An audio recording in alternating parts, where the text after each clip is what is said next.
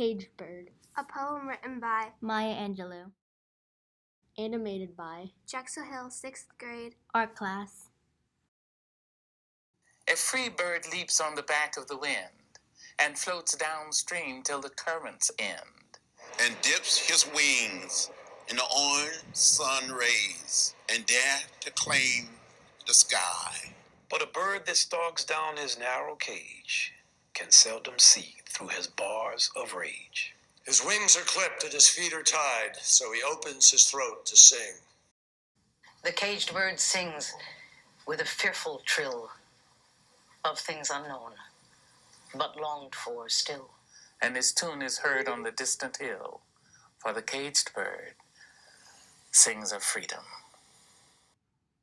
The free bird thinks of another breeze. And the trade winds soft through the sighing trees. And the fat worms waiting on the dawn-bright lawn, and he names the sky his own. But a caged bird stands on the grave of dreams, and in shadow shouts on a nightmare scream.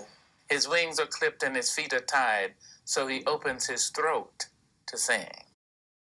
The caged bird sings with a fearful trill of things unknown, but longed for still. And his tune is heard on the distant hill, for the caged bird sings of freedom.